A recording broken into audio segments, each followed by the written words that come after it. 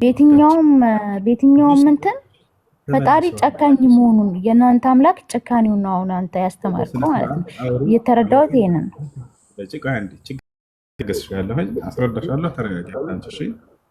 በሷት አምላክ አንድ ሰው ህይወት ዘመኑን በምድር ላይ ሲጨርስ ወዴት ይሄዳል በእስልምና ከተባለ ቀጥታ ወደ ገነት ይሄዳል።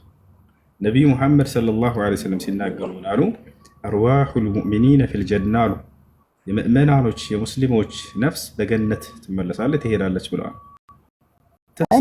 አውርዶ ከጣለኝ በኋላ ከሞትኩኝ በኋላ እንዴት ነው ወደ ገነት የምገባው? እንዴ ከሞትሽ በኋላ እንደ ወደ ገነት የምትገቢው ዛሬ?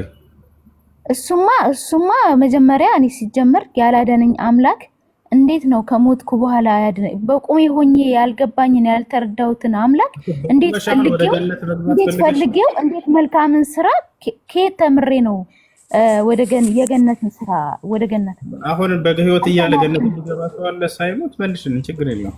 እሱ ጨክኖብኝ ተጣለ። በየትኛው እንትን ነው ወደ ገነት የምገባው? እግዚአብሔር ጨክኗል ማለት ነው። አዎ አንተ ያስተማርከው አምላክ ጨክኗል። አዳምና ሔዋን እንዳስወጣቸው ነው ቀረው። እሺ እናንተ ጋር እንዴት ነው ያደረገው እግዚአብሔር? ምድር ላይ እዚህ አኑሮት እስኪሞት ድረስ አቆይቶት እኛ ጋማ ስጋ ለብሶ መጥቶ ተሰቅሎ ጾሞ ጸልዮ አሳይቶን ፍቅርን አስተምሮን ከዛ ከተማርነው ፍቅር መልካም ስራን በመስራት ገነትን በር እናገኛለን። እሺ አዳም ደግሞ ነው ልናገር።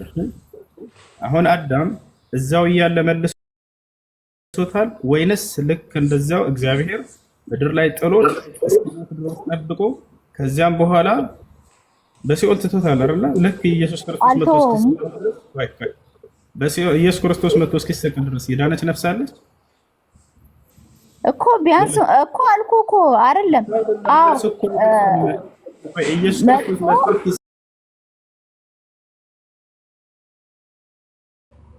ኢየሱስ ክርስቶስ መጥቶ እስከሚሰቀል ድረስ የዳነ ነፍስ ቢኖርም ባይኖርም የእግዚአብሔር ነገር